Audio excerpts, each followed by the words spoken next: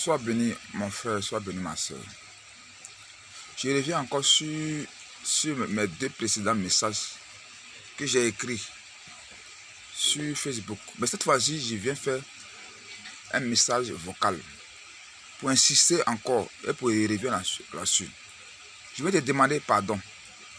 Toi mon frère, toi ma soeur, je te demande en cette fin d'année de désarmer ton cœur, de libérer ton cœur de tout ce que tu as dans ton cœur comme mauvais pensée. Là, je sais et je vois que tu nourris de mauvaises pensées. Tu nourris de mauvaises idées dans ton cœur, dans le but de faire du mal à autrui, dans le but de détruire les projets de Dieu en quelqu'un. Et ce n'est pas en vain que je dis cela, mais je vois beaucoup de choses que je connais. Je ne voudrais pas citer le nom de quelqu'un, mais je le sais déjà. Mais je viens te parler en tant qu'un serviteur de Dieu. Et je vais te parler en tant que quelqu'un qui est en train de prévenir quelque chose qui va arriver dans le futur. Mais pour ne pas que cela vienne te trouver, pour ne pas que tu sois dans la confusion dans le futur. Écoutez-moi bien, la Bible dit, dans le livre de Genèse, la Bible déclare que Dieu avait son projet en son serviteur Joseph. Mais le projet de Dieu qu'il avait en Joseph, ses projets n'arrangeaient pas ses frères. Donc ses frères n'ont pas voulu que le projet de Dieu s'accomplisse dans la vie de Joseph. Donc ils se sont mis à l'attaquer. Ils ont fait des plans dans leur tête, des plans dans leur tête, dans le but de pouvoir effacer le projet de Dieu en Joseph. Mais ils ne savaient pas que quand Dieu fait un projet à ses enfants, et le projet qu'il a fait en toi, si toi, la personne dans qui Dieu a mis son projet, si tu es correct envers Dieu, si tu fais son œuvre, si tu fais sa volonté, un esprit, un homme, une femme, une créature ne peut pas jamais empêcher que le projet de Dieu s'accomplisse. Simplement et seulement si Dieu a fait le projet en toi, mais tu ne suis pas la voie de Dieu, mais tu fais autre chose, là Dieu peut permettre à ce que l'ennemi puisse détruire le projet de Dieu en toi. Mais Dieu ne peut pas permettre que les ennemis de Joseph puissent détruire le projet de Dieu en toi. Parce que Joseph faisait la volonté de Dieu. Et Dieu avait voulu que Joseph soit ce qu'il devait être. Mais les frères n'ont pas voulu que cela soit. Mais les mêmes personnes qui se sont opposées à l'évangile de Joseph, c'est pas Joseph, ils sont passés pour devenir ce qu'ils sont. Donc ce qui veut dire quoi? Dans la vie là, tu peux avoir la haine contre quelqu'un. Tu peux persécuter la personne, tu ne peux ne pas aimer la personne. Mais si c'est en cette personne que Dieu a mis la clé qui va te faire rentrer dans ta carte de mer, tu ne peux pas empêcher cela. Tu ne peux pas aller contre cela. Tu peux faire des projets, tu peux mesurer des programmations pour nuire à la personne. Mais puisque la personne aussi dans son passé, lui n'a aucun mauvais passé envers toi. Il n'a aucun mauvais projet en toi. Dieu ne peut jamais permettre que cela aboutit. Il va arriver un jour, il va avoir la confusion. Pourquoi? Parce que Dieu va passer par la personne pour pouvoir te sauver d'une situation vraiment confuse. Donc vraiment, je viens envers vous, mes frères et sœurs, en cette fin d'année. Nous sommes en fin d'année. Je vous demande pardon d'effacer dans vos cœurs, dans vos pensées, les mauvaises pensées que vous avez en vous. Les réunions que vous faites par groupe interposé pour dire telle personne, on va lui faire ceci, cela. Telle personne m'a fait ceci, cela. Telle personne m'a fait ceci, cela. Donc je vais faire ceci, cela. Non, tu n'es pas Dieu. Tu n'es pas Dieu. Toi, ta pensée n'est pas la parole de Dieu. Si aussi Dieu voulait sur la parole de chacun de nous là, la terre n'allait plus exister. Parce que tu n'as pas quelqu'un sur la terre qui prend bien de son prochain. Mais chaque fois que tu as passé du mal de ton prochain, si Dieu exécutait cela, exécuter ta parole, la terre n'allait pas exister. Mais Dieu ne peut pas forcément écouter ce que tu veux qu'il fasse de ton autrui. Mais si tu ne fais pas attention, ce que tu penses à ton prochain, Dieu va faire le retour vers toi. Pourquoi la Bible dit que Daniel n'avait aucun problème avec les autres. Dieu avait mis en Daniel un esprit de sagesse, un esprit supérieur en lui.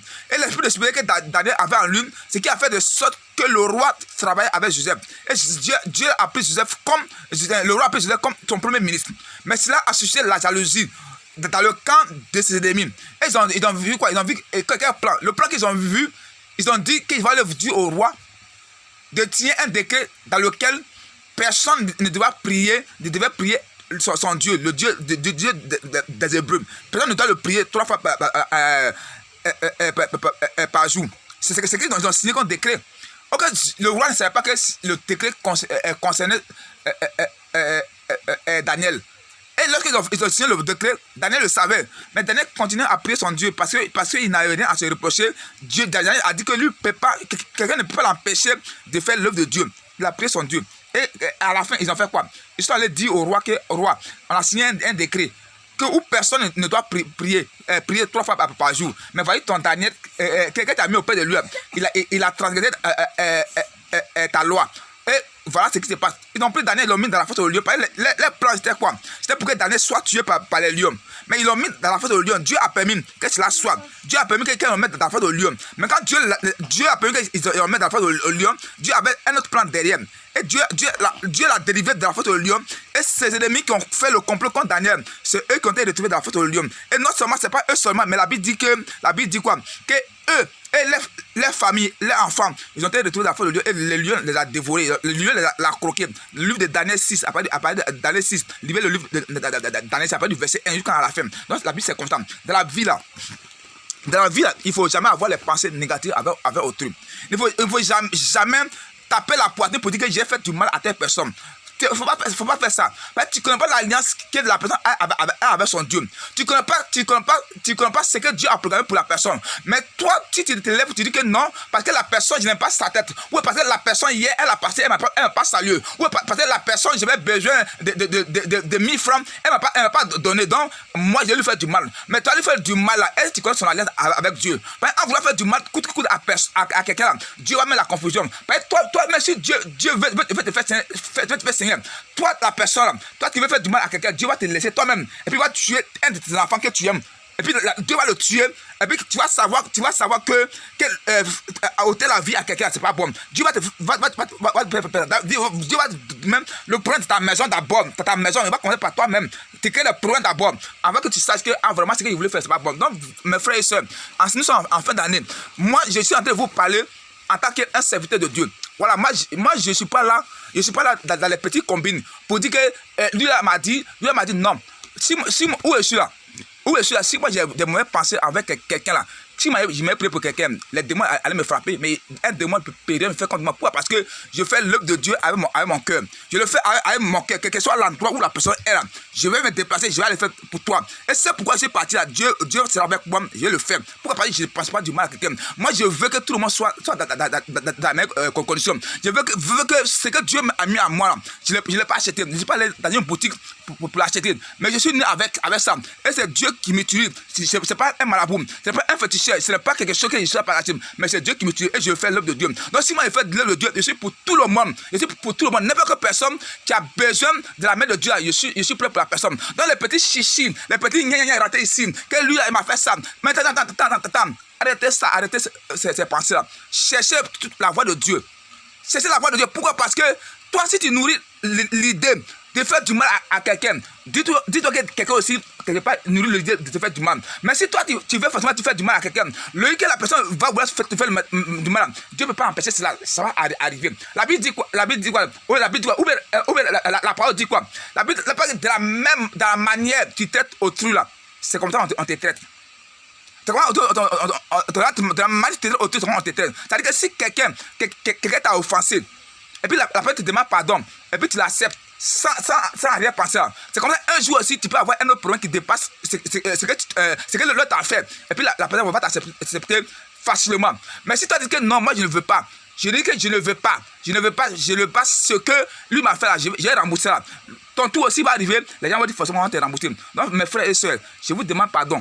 Sincèrement, je dis pardon.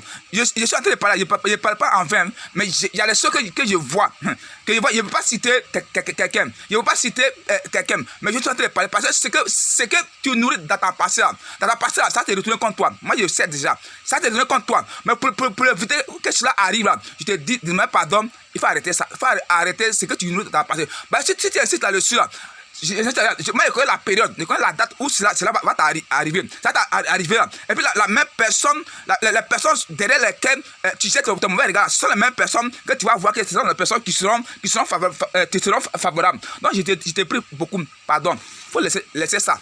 Laissez ça, je suis en train de parler, je n'ai pas cité quelqu'un, mais je suis en train de parler en général. Je parle d'abord, je commence d'abord, moi dans ma famille biologique, D'abord, dans ma famille biologique, je parle d'abord dans ma famille biologique, je parle d'abord de mes connaissances, je parle d'abord aussi des autres familles. Sur la terre en entier, dans notre famille, où quelqu'un a une même pensée avec autrui. Je parle aussi dans différentes sortes d'entreprises, où deux personnes disent, par telle personne, le patron l'aime, par telle personne, elle l'aime. Donc moi, je fais telle chose pour le nuire. Je parle à vous tout le monde. Dans les différentes communautés religieuses, où on dit que c'est telle personne, que mon père spirituel a fait ça, c'est là, le même passé. Quand tu fais comme ça, Dieu ne peut pas permettre aussi que demain on fasse pour toi. Arrêtez ces histoires de petites jalousies, les histoires de haine, les histoires de méchanceté envers autrui. Arrêtez ça pour que Dieu aide ta main sur soi. Si tu ne parles pas du bien de autrui, Dieu ne peut pas t'élever. Mais chaque fois que tu es là, il faut nourrir, il faut penser, il faut prier pour les autres. Il faut demander à Dieu à ce que autour de toi, il ait la joie, il ait la paix de cœur. Il faut demander à ce que tes voisins avec lesquels tu habites ensemble, que jamais qu'il ait des cris de détresse dans la maison. C'est ce qu'un enfant de Dieu doit penser. Mais penser, tu dis que non, que l'autre là, on le dégage pour que moi je m'assède, pour que l'autre n'a pas un problème, puis je vais me moquer de lui.